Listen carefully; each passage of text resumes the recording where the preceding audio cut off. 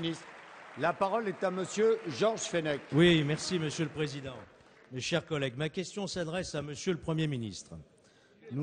Même s'il nous a déjà quittés. Nous avons appris que vous aviez activé une cellule interministérielle de crise pour gérer les intempéries actuelles.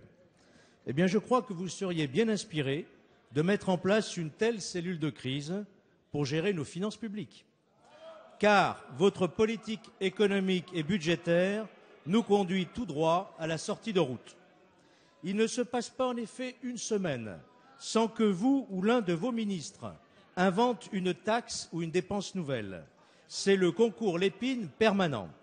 Suppression du jour de carence pour les fonctionnaires, prime de 500 € pour les instituteurs afin de faire avaler la réforme des rythmes scolaires, retraite à 60 ans non financée, j'en passe et des meilleurs.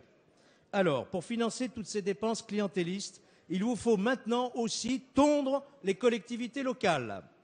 Alors que vous poussiez des cris d'orfraie lorsque nous avions gelé les dotations aux collectivités, là, vous nous annoncez aux maires et aux élus locaux un tour de vis historique de 4,5 milliards d'euros. Le président de la République est aujourd'hui en visite à Dijon, qu'il se rappelle donc de ses promesses de campagne aux élus locaux. Où est donc passé l'engagement 54 du candidat Hollande garantissant le niveau des dotations? De plus, vous vous permettez d'imposer de nouvelles dépenses non compensées aux collectivités comme la réforme des rythmes scolaires. Excusez de peu, il y en a pour 2 milliards d'euros au total.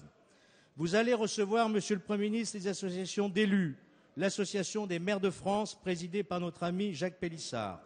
Pour que cette réunion soit autre chose que de la communication, allez-vous enfin annoncer que votre gouvernement ne pourra plus tenir ses promesses électoralistes et enfin faire cesser de financer des lubies intenables sur le dos des collectivités locales qui sont déjà exsangues? Merci. La parole est à Monsieur Pierre Moscovici, ministre de l'économie et des finances. Monsieur le député Fenech, vous m'incitez à revenir une fois de plus sur la situation de nos finances publiques et sur l'indispensable redressement que nous sommes amenés à mener aujourd'hui, dès lors qu'après 5 ans de gouvernement que vous avez soutenu, nous avons trouvé une situation très fortement dégradée avec 600 milliards d'euros de dette publique en plus, avec des déficits qui filaient allègrement vers les 6%. Si il n'y avait pas eu l'effort que cette majorité est en train de mener et ce gouvernement est en train de mener sous l'égide du Premier ministre. Et nous sommes en train de le faire, nous sommes en train, vous le savez, de préparer le programme de stabilité que nous présenterons au Parlement le 15 avril, que nous présenterons à la Commission européenne et au cours duquel, j'en ai pris l'engagement, nous refusons ici d'ajouter l'austérité à la récession ou à la stagnation, raison pour laquelle nous demanderons le différé d'1 an de l'objectif de réduction des déficits en deçà de 3% de 2013 à 2014.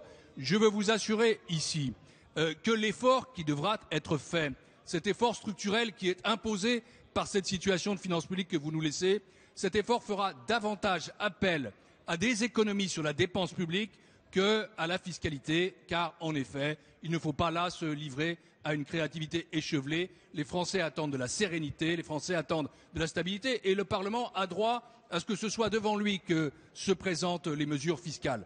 S'agissant des collectivités locales, elles seront appelées à faire un effort. Cela a été dit, 1,5 milliard d'euros par an.